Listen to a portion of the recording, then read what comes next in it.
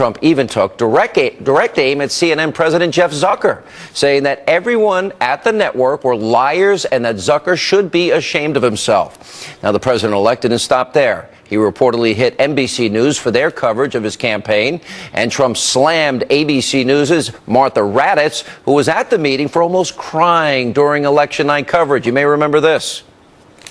Tim Kaine has a son in the Marine Corps. He was asked by John Dickerson, so if Donald Trump is democratically elected and your son is serving as a Marine, you wouldn't trust his life under that commander-in-chief? And Kaine said, I wouldn't. That's a pretty extraordinary thing to say if you have a son in the Marine Corps and that you don't trust the commander-in-chief. The people in the military defend the Constitution. Oh, now I'm so sure some in the room had their little feelings hurt, but really, who cares? Didn't they deserve every bit of what Trump said to them? Now, keep in mind, some of these so-called unbiased journalists, they laughed off Donald Trump and said he never stood a chance years before he even decided to run for president. And they each had to eat their words. Watch this. Donald Trump has been saying that he will run for president as a Republican, which is surprising since I just assumed he was running as a joke. Do it. Do it. Look at me. Do it. I will personally write you a campaign check now on behalf of this country, which does not want you to be president, but which badly wants you to run. This man has got some momentum, and we better be ready for the fact that he might be leading the Republican ticket next. I know you don't believe that, but I want to go on. Sorry to laugh. Which Republican candidate has the best chance of winning the general election? Of the declared ones right now, Donald Trump.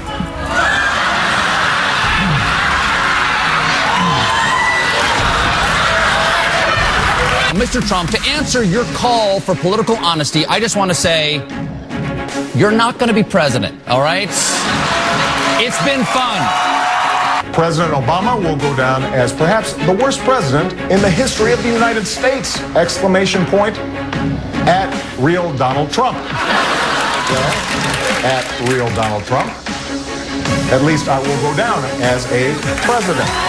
I think this is going to be really the beginning of the end of Donald Trump. It is likely to be the beginning of the end of Donald Trump sitting atop the GOP field. You wrote that this is the beginning of the end for Donald Trump. There's just no way to win if you over half the population doesn't support you. Talk about the biggest loser. Isn't that a show on NBC? He could end up being the biggest loser. There's a possibility, Nancy, that he could win. No, he's not going to win. It's impossible. He's not going to win. He is not going to win. Don't worry about that. Hillary Clinton only 2 away from 270 electoral votes. Let's say the Clinton campaign is feeling fantastic about Nevada. Let's give her that for a moment. You heard Jeff Zeleny say they're feeling really good about Florida. This is where we stood coming into the night. 268 to 204, so clearly an advantage for Secretary Clinton. Donald Trump has won the state of Arkansas. Fox can also project that Donald Trump will win the states of Kansas, North Dakota, South Dakota, Texas, and Wyoming. And we are about to make a major call. Fox News Decision Desk is now projecting that Donald Trump has won the state of North Carolina, projecting that Donald Trump will win the state of Utah. A victory for Donald Trump in Ohio can be called by the Fox News Decision Desk at this point. Iowa will go to Donald Trump. Donald Trump has won the state of Wisconsin. Donald Trump will win the state of Florida. The Fox News Decision Desk has called Pennsylvania for Donald Trump. This means that Donald Trump will be the 45th president of the United States. Amazing how wrong so many were. Also, earlier today, President-elect Trump, he met with the New York Times. Now, I'm sure they were trying to smooth things over with Mr. Trump. And, of course, after their unrelenting negative coverage of his campaign. Now, Mr. Trump should keep in mind that a few days before this meeting, that paper praised former Obama advisor, now a CNN contributor, Van Jones, as a, quote, star of the 2016 campaign. By the way, the same Van Jones who was a member of the alt-radical left and who viciously attacked Donald Trump on a consistent basis. Here are just some of the things that were said about the president-elect on CNN with Van Jones. A white lash. This was a white lash against a changing country. It was a white lash against a black president in part. And that's the part where the pain comes. And Donald Trump has a responsibility tonight to come out and reassure people that he is going to be the president of all the people who he insulted and offended and brushed aside. If there's one thing that Donald Trump could do now that might calm some people, we're on track for a tragedy. Oh, this is a really sad night. I'm just going to say it. This is a very sad night for the country. You can't polish this turd. He doesn't talk about George Washington. He doesn't talk about Ronald Reagan the way he talked about Putin and Assad. This man has demonstrated an appalling lack of patriotism, and you should be ashamed to sit up here and defend it. He was describing some Mad Max America. I work in some of the toughest neighborhoods and some of the toughest communities in this country, and I don't know what he's talking about. I've never felt this way in my life. I have read in history, being in moments where there's some big authoritarian movement and some leader that's rising up. And I felt that way tonight. Now, all of this gets to my larger point tonight. Now, in 2008, if you remember, I said journalism was dead, and this election now shows it was far worse than any of us ever thought. Now, WikiLeaks, they exposed rampant collusion between the media and, of course, Hillary Clinton's presidential campaign. We now know that interim DNC chair Donna Brazile from the Clinton campaign gave them multiple debate questions. That's called cheating. CNN was soliciting the DNC for questions that they should ask Donald Trump, Ted Cruz, and Carly Fiorina during their interviews. Reporters asked the Clinton campaign for approval before publishing their stories. So-called journalists allowed the Clinton campaign to edit quotes. Over at CNBC, John Harwood was offering the campaign advice and bragged about going after Trump in a debate that he was moderating. And worst of all, WikiLeaks exposed how dozens of journalists from every major news organization except the Fox News Channel were invited to be wined and dined at Clinton campaign chairman John Podesta's house. Donald Trump should keep all of that in mind. The media already had its chance to cover Donald Trump fairly and honestly. They blew it. And in my opinion, it's time to reevaluate the press in this country, and maybe it's time to change the traditional relationship that the press will have with the White House. Now, in this day and age of Twitter and Facebook and Instagram, does Trump really need to be granting access to biased journalists that openly oppose him? Just look at the video the president-elect released yesterday. It was detailing actions that he will take on key issues during his first 100 days in office. Now, Trump can do this and speak directly to you, the American people, without having his words twisted and taken out of context. Why not do that? So until members of the media come clean about colluding with the Clinton campaign and admit that they knowingly broke every ethical standard that they're supposed to stand and uphold, they should not have the privilege. They should not have the responsibility of covering the president on behalf of you, the American people. Here with reaction to all of this is Trump's senior advisor, Kellyanne Conway. Kellyanne, how are you? Hi, Sean. You know, I know your name's been mentioned for press secretary, and I know the media got all upset that Donald Trump took his family out to dinner 3 seconds away from Trump Tower one night, and they didn't have the press pool notified. Is it time that maybe we reconsider the conventional way presidents deal with the press in light of all the bias and collusion we've discovered? Well, apart from the protective press pool question structurally, I think you're going to have a very unconventional presidency in Donald Trump because he's unconventional. He starts out as an outsider, non-politician who's accustomed to building things, fixing things, delivering, producing. He's a guy who produces results, and that's what people want now. I think many in the press, Sean, are still in campaign mode. They're scratching their heads, figuring out how to stop this guy from becoming president or from forming a cabinet in his likeness or from actually doing things, a flurry of activity in the first 100 days, which may in fact undo some of the legacy of their favorite president, President Obama. And they need to get over that. You know, you and I have talked about the snowflakes and the safe spaces on campus, but I think for some in the media, the questions I get, very hostile, the presumptive negativity about him under the guise of fair coverage or balanced coverage is not true. You know, they never prepared themselves for this possibility. They never prepared themselves, the viewers or the readers, that this guy could actually win. I mean, even up until late election night, they were all convinced they knew the outcome, and they were all wrong. I'm a little bit tired, though. I mean, this is outright collusion. Giving questions, seeking questions from the DNC. allowing editing opportunities. Did the New York Times ever allow the Trump campaign to edit a story, look at a story before it was published? Because they've interviewed me a lot over the years. They never gave me that opportunity. No, the New York Times this year wrote a scathing editorial the day before the first debate out of Hofstra University. So I guess maybe September 25th or so, they wrote an editorial endorsing Hillary Clinton, basically saying why Donald Trump could not, should not, and would not be president. Had a separate article about all the mistruths that he's told, even though Hillary Clinton had been under a cloud of corruption for I don't know how long because of the mistruths she has told. And so we don't expect, them to fall in love with him or to fall in line, but they do have a responsibility to get it right. Yeah. And the one thing that happened with Donald Trump, Sean, that's different from what happened with the Bushes or Reagan or other Republican presidents is that in his case, you had journalists going on cable TV, network TV, and in print saying the following: I have to suspend all standards of objective journalism because of this guy. I can't even cover him the way I would cover a regular person because he's not a regular person. I mean, think about that for a moment. Unbelievable. So, journalism is dead, Kellyanne. It doesn't exist, well, and they shouldn't be given the access. I sat right next to him at both meetings. The one today at the New York Times, which was on the record, and the one yesterday here in Trump Tower with the network executives and anchors, I heard that was which a classic. Included 5 people from Fox News. You did. And, I do think I wish I was there. They're trying.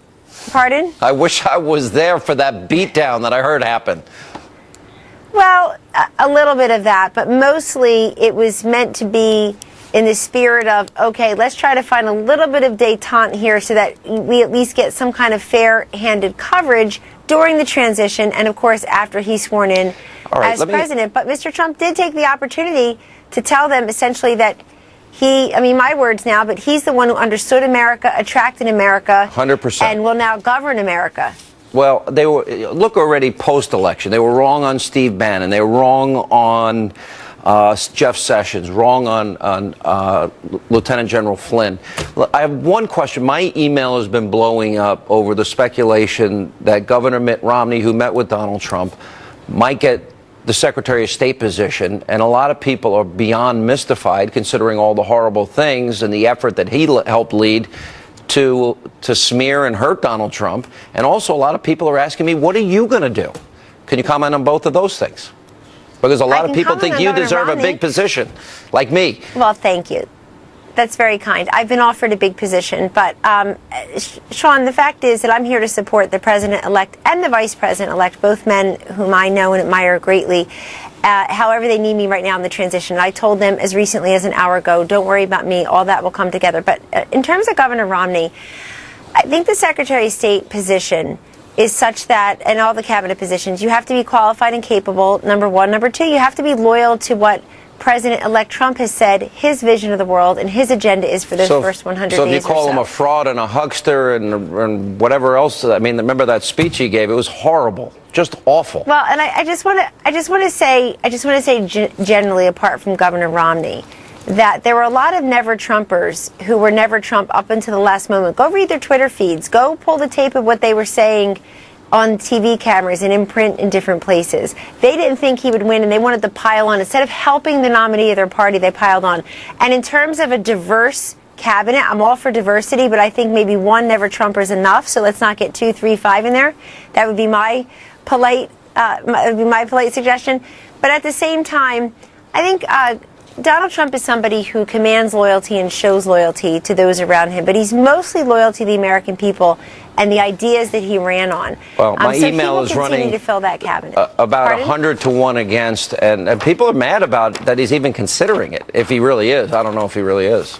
Well, look, that position has not been filled. I want to tell you very frankly, there are a number of candidates in line for that particular position, Secretary of State. And I do hope the job description of Secretary of State is a little bit different from what we've seen from Clinton and Kerry, for example. You don't need to go fly around the world to be an effective Secretary of State. Kissinger and Schultz, they stuck closer to home serving the president. That would be my model. All right, but I want to know what your position is the next time you're on, because you obviously played a big role for the You'll be the first to know. All right. Thanks, Kellyanne. Good to see you. Coming up, President-elect Donald Trump lays out his agenda for the first 100 days. We're going to tell you what he's promising you, the American people. We'll get reaction from the RNC's Sean Spicer and Monica Crowley. Also later tonight, Sheriff David Clark, Mercedes Schlapp, they weigh in on Donald Trump's immigration agenda and how some Democrats are already plotting to try and block his plans. That and more straight ahead.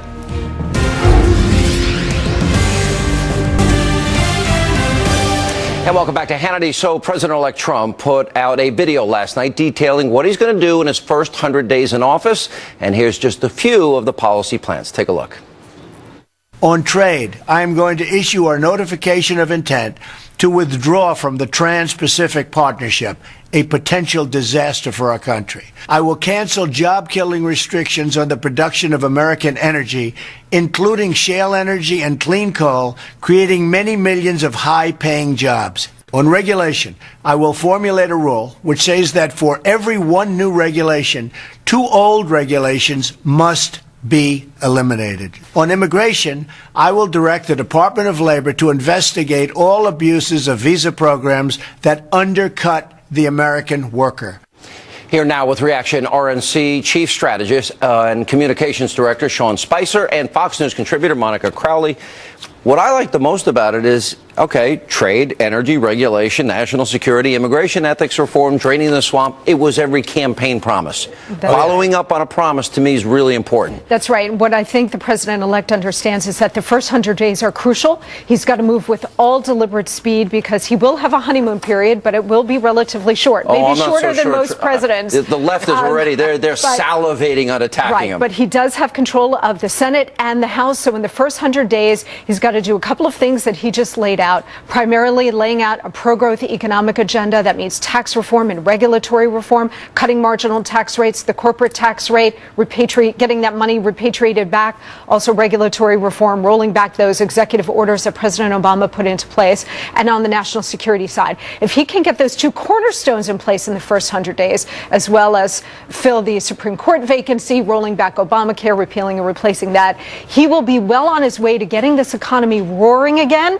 And once he does that, Sean, then he shuts up all of his critics. How long does it take, though? It took Reagan, 2.5 years until we really started to see the benefits? Well, look, I mean, these are executive actions. You haven't seen anything yet. This isn't even the legislative agenda. This is day one executive action. How long is he going to be signing his name, rescinding all of Obama's bad work? I think the inaugural parade is going to have to go on without him. Yeah. But this is real change right away. This isn't waiting for Congress. This is stuff that he can do on all of those fronts right away. But it reminds people, to your point, that what he campaigned on, he's going to deliver on. And I think that's important because he talked about change. And if you didn't hear it out of that, the lobbying ban is huge. It's so forward-thinking. It says if you want to serve in a Trump administration, you need to serve this country, not yourself. For 5 years, you can't be a lobbyist. For the rest of your life, you can't serve a foreign government. Why were some Republicans trying? You're going to do. And I think the country's going to reward him for it. I think that's where Republicans have gone wrong with the American people. In fairness to Republicans, they promised repeal, replace Obamacare, a lot of show votes, but when it came to putting teeth into it, using the power of the purse, their constitutional enumerated power, they didn't use it. Or stopping executive amnesty. They ended up funding it in the end. And this is why Donald Trump is now the president-elect of the United States. He became the Republican nominee for exactly that reason. Because Republicans, independents, disaffected Democrats, they looked at the bipartisan ruling class and said, you are all corrupt. We are sick of all of y'all because you never have delivered on what you have promised us on both sides. And we are now going to try something completely different. You're filling in for me tomorrow. Thank you. Tomorrow night, You're the best. Thank you, I know our audience loves you.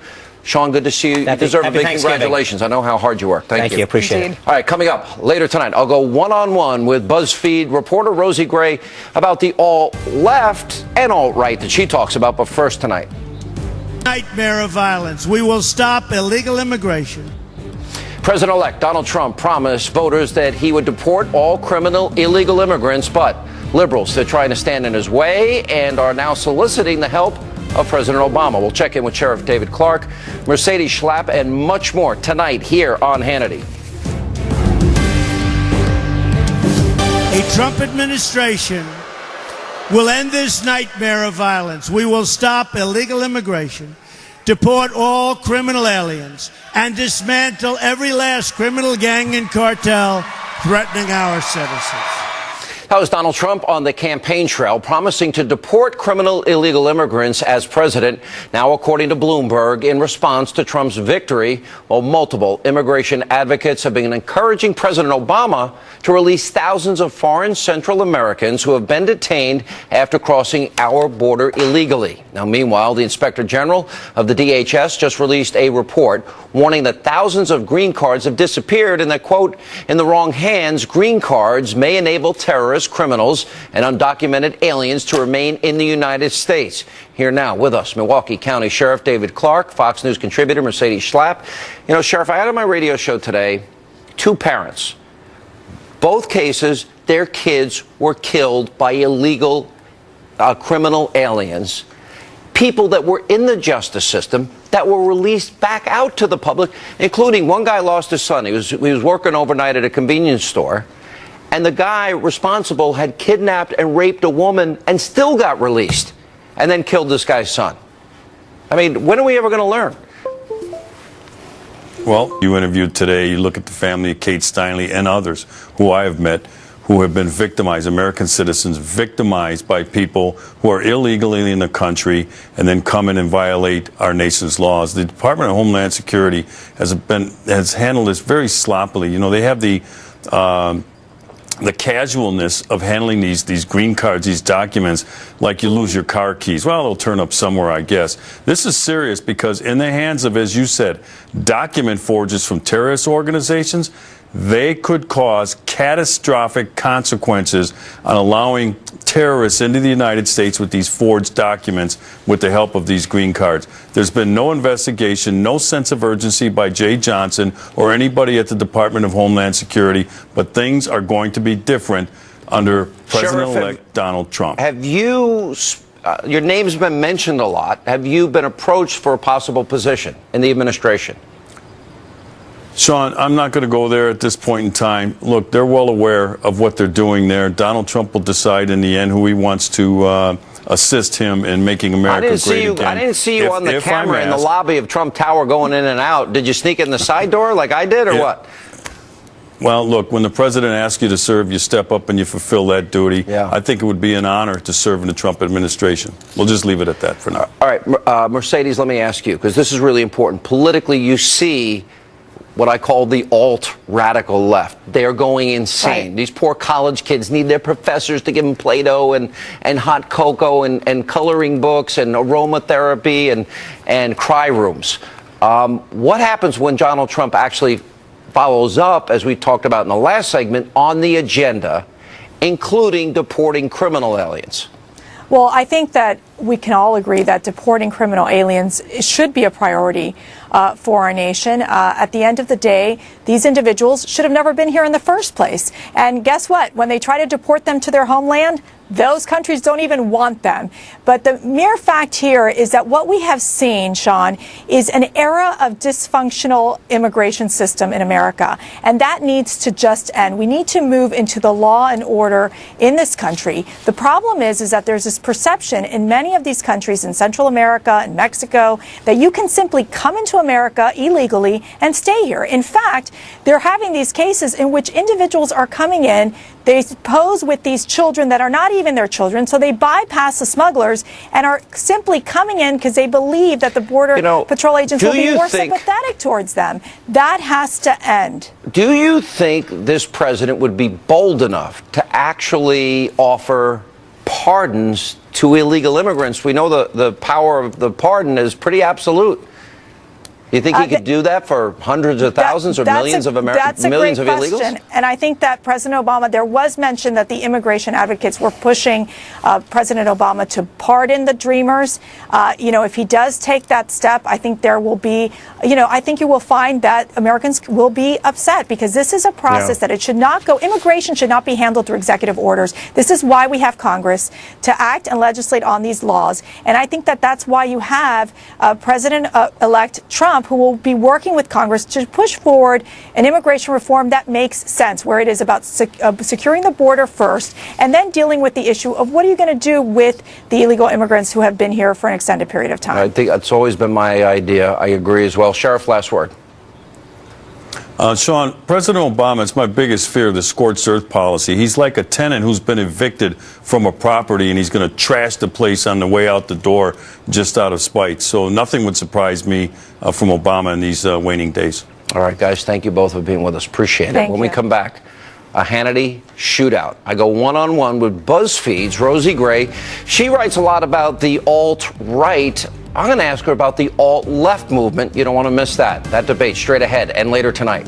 How do you think the transition Secretary of State, sir? That'll answer for the president-elect. Rudy Giuliani today, after his meeting with President-elect Donald Trump, the transition team is working hard to fill these key posts. We'll get reaction from Rick Grinnell and Mike Mukasey later tonight here on Hannity.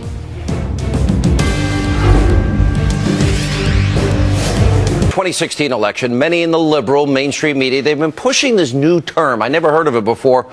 Alt-right, to describe anyone they think is extreme or too conservative. Now, recently I sparked a debate on Twitter with BuzzFeed reporter Rosie Gray. I asked her, quote, Rosie, when will you use the term alt-radical left to describe the Occupy movement, MoveOn.org, and Black Lives Matter, and that group that said, what do we want? Dead cops. When do we want them now? And by the way, why did Obama invite radicals to the White House? Here now to answer that question and contribute and continue the debate is BuzzFeed News reporter Rosie Gray. Now, I got to say this. You're pretty left of center. Fair? You don't know anything about my politics, John. All right.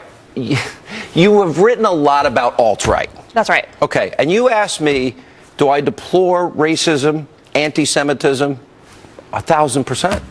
I'm glad to hear it. And so does all conservatives. Why do I believe this is an attempt by the left to alter the lexicon so alt-right will mean conservatives, just like every 4 years conservatives are told they're racist, sexist, homophobic, xenophobic, Islamophobic? Listen, the alt-right is not some sort of attempt by the so-called liberal media to smear conservatives. I've been very clear in my coverage of the alt-right that they are not actually a conservative group. Part of their political project is to dismantle the conservative movement. So, look, this isn't something that I cooked up. This is a real movement that's happening right now. Okay, and you got this one guy, Spencer, whoever he is, and apparently there's a picture that looks like he's doing a Nazi salute. Well, there's a video that shows people at that conference this past weekend giving Nazi salutes. All right. Do you think any conservative, and Donald Trump was actually asked, or somebody from the New York Times tweeted about the meeting, and he said, Trump on alt-right supporters, it's not a group I want to energize. And if they're energized, I'll find out why. He doesn't want any part of these people.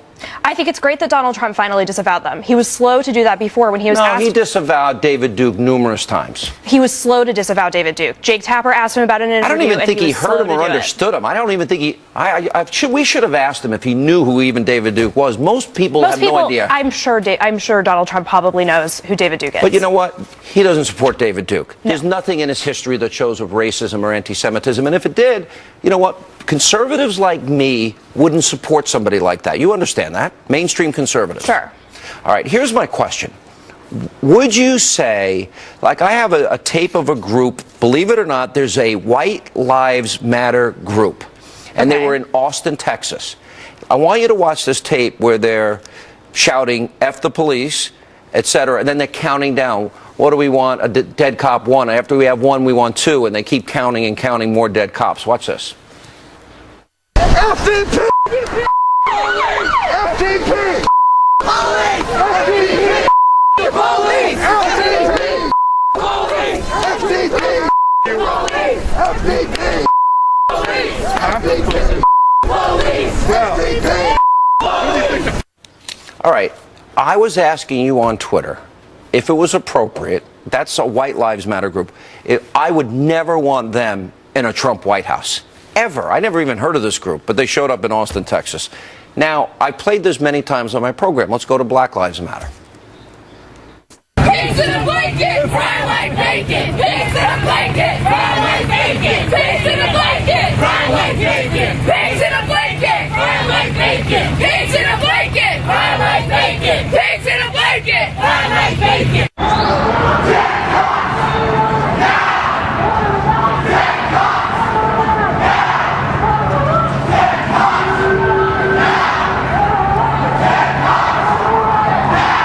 So if the people in Texas, I'll concede, all right, they're all right. Aren't those people that were chanting that alt-left, alt-radical left? And why would you accept that they can go to the Obama White House? Well, look, I don't think it's those specific people who went to the Obama White House, right? I think you're doing a little bit of a rhetorical trick here where you are extrapolating from... Wait a minute. If Donald Trump invited a Klan member to the White House, okay, somebody that was part of the group... So are you comparing Black Lives Matter to the Ku Klux Klan? I am saying Black Lives Matter that calls for dead cops now is so incendiary and so outrageous that every rational American should be outraged, including you. Look, I think why are you not outraged? I think we can all agree that those statements that are in the videos that we just watched are incendiary. Absolutely. You don't think you think that's appropriate to invite people from that group to the Obama White House? Really?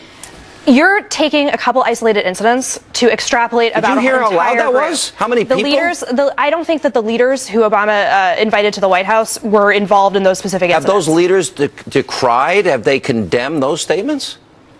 I'm not actually sure about that. Here's my question, though, because I think you're a nice person. Do you think, if you're going to say alt-right, that we can say those groups are alt-left? I think that you can say whatever it is you want to say. I haven't really heard you take a firm position on the alt-right, though, which is a real movement. Listen, do you condemn the actual alt-right? You asked me the other day on Twitter. I said, I don't even know these people. I've never heard of most of these people.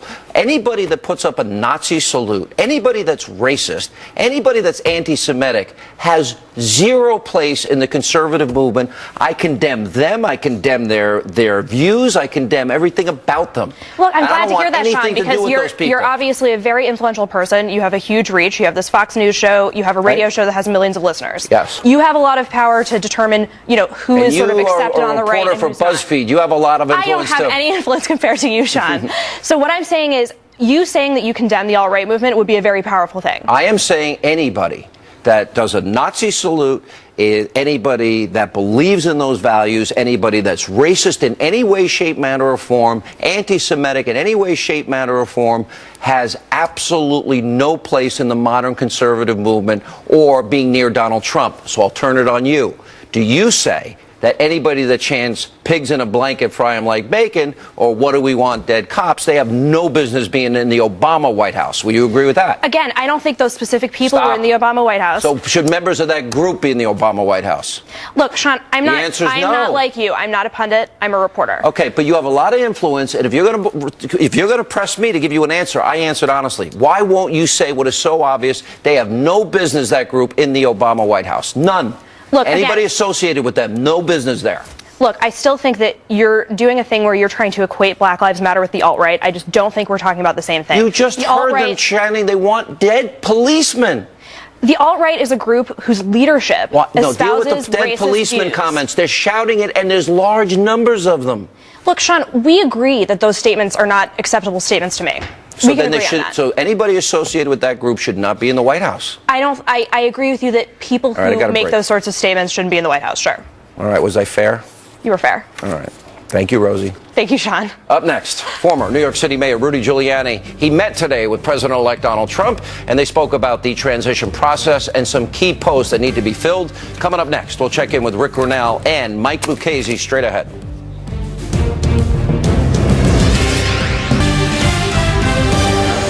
I'm not going to discuss what I'm interested in or what the president-elect is thinking and mulling over. That's not fair. That's not the right way to do it. And this all has to be done very privately. I don't mean just with regard to me. I mean with regard to everyone else. How do you think it was in the Secretary of State, sir? That'll answer for the president-elect. All right, that was former New York City Mayor Rudy Giuliani at Trump Tower earlier today. Now, the former mayor is reportedly being considered for a role in the Trump administration. Here now to talk about it is former spokesman for the U.S. ambassador to the UN, Fox News contributor Rick Grinnell, and former U.S. Attorney General Mike Lucchese. Look, we all know Rudy really well. Mr. Attorney General, I'll ask you, I thought Mitt Romney, who I supported, would have been a great president. I've been very disappointed with him and how he is handled and the comments that he made about Donald Trump. I, for the life of me, cannot understand. Here was Rudy out on the campaign trail, out campaigning, on the plane with them all over the country. And apparently he and Romney are being considered. I don't get that. Me neither. And Romney, remember, is a guy who shriveled under questioning by Candy Crowley. If you can't stand up to Candy Crowley, how are you going to stand up to Vladimir Putin? No, it's a good point, Rick. The things that he said, huckster, fraud, racist, whatever else he was saying. I mean, I remember that one speech in particular. It was brutal, eviscerating Donald Trump. Why would anybody there think about bringing this guy in? And how would you ever expect him to be loyal in light of how he acted? Well, look, I think those are good questions. I mean, certainly Mitt Romney is extremely qualified for a lot of different positions. People have talked about him for Veterans Affairs, to maybe clean that up. I think that makes more sense. How about the Treasury Department? Or the Treasury Department. Those make more sense. I think Donald Trump has a tough problem on his hands because he's got so many people that are qualified for Secretary of State. And looking at Romney, I think the troublesome kind of way to go down this road for President-elect Trump is to look at policy decisions. I think they disagree on a lot of policy decisions. I think it would be very difficult to try to get Mitt Romney back into the fold of what Trump's worldview is on many of these policies.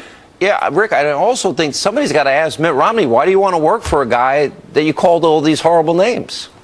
Well, I think the answer to that is that Mitt Romney is a great American and would serve his country. And the reality is Donald Trump has won the presidency. But I think that there are other cabinet posts that would make more sense to utilize his expertise.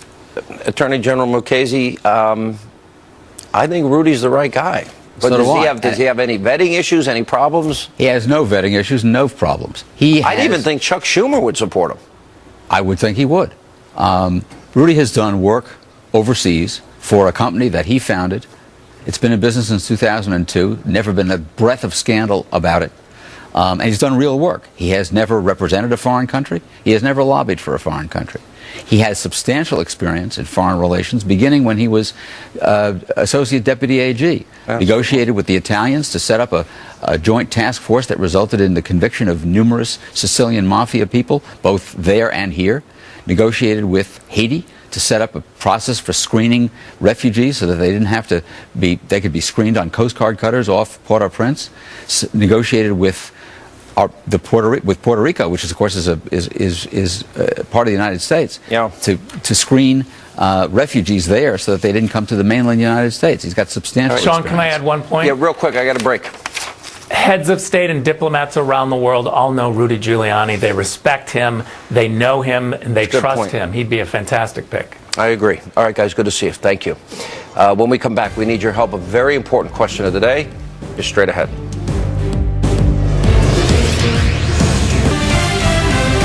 All right, time for a question of the day. So what do you think of President-elect Trump's plan for his first 100 days? Go to Facebook.com/Sean Hannity, at Sean Hannity on Twitter. Let us know what you think.